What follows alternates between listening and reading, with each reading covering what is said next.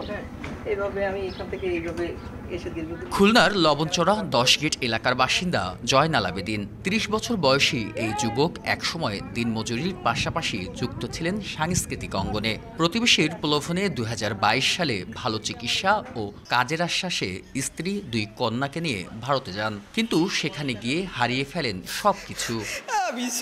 আমি ছোট্টবেলা থেকে স্বপ্ন নিয়ে খুলনায় আসছিলাম গ্রাম থেকে। পাশবিক নির্যাতন আর অমানবিক জীবনযাপনের পাশাপাশি ট্রেনে হারিয়ে যায় তার স্ত্রী সন্তান। তাদের খুঁজতে গিয়ে দুর্ঘটনায় তিনিও এক পা হারান। নিঃস্ব আমার ব্যবসা বাণিজ্য সবকিছু, টাকা পয়সা সবকিছু, এটা ভূমিহীনে ঘর, সেটাও জলঞ্জলি, মাথা গোজা খুলনায়ও কোনো, আর এখনো কোনো ইনকাম কিচ্ছু নাই। বাচ্চা দুটো আমরা চাই, আর কিছু চাই না, বৌমার বাচ্চা। এমন দুর্বিষহ জীবন পার করছেন এ অঞ্চলের অনেক মানুষ। শহর থেকে গ্রাম, নিম্ন আয়ের মানুষকে টার্গেট করে ফাঁদে ফেলছে একাধিক দালাল চক্র। তাদের সঙ্গে যুক্ত আছে দুপারের পাচারকারীরা। অবৈধ, এটা ঠিক আছে, কিন্তু ভাইয়া এটা সব এই খালি আমরা একারা না, অনেক মানুষই এরকমের যায়, আর ডেলি যাচ্ছে, পারাপার হচ্ছে। আমার মাধ্যমে যাচ্ছে না ভাইজান, আপনারা তো সে ওদের মাধ্যমে ওদের কথা বলতেছেন আপনারা। পাসপোর্ট না থাকায় ভারতে আইন শৃঙ্খলা বাহিনীর অভিযানে আটক হচ্ছেন কেউ কেউ, কারাবাস করছেন বছরের পর বছর। তাদের ছাড়াতে দেশে জায়গা জমি বিক্রি বা বন্ধক রেখে দালালের কাছে দিতে হচ্ছে টাকা।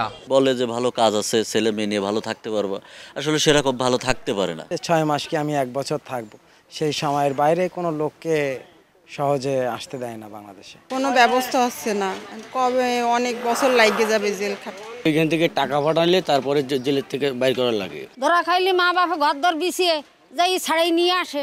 একমাত্র সচেতনতাই পারে আন্তঃসীমান্ত মানব পাচারের এই যে ক্রমবর্ধমান প্রবণতা, তাকে প্রতিরোধ করতে কার্যকরী ভূমিকা পালন।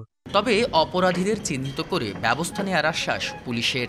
এরকম আমাদের বিভিন্ন অভিযোগের প্রেক্ষিতে অথবা গোপন সংবাদের ভিত্তিতে যাদেরকে আমরা পাবো তাদের বিরুদ্ধে খুব কঠোর ব্যবস্থা নেব আমরা, এবং সেটা এমন ব্যবস্থা যেটা সারা জীবন তাকে কিন্তু জেলে থাকতে হবে। গত 1 মাসে বিনাপোল বন্দর থেকে দেশে পাঠানো হয়েছে ৪৫ জনকে। বেলাল হোসেন সজল, সময় সংবাদ, খুলনা।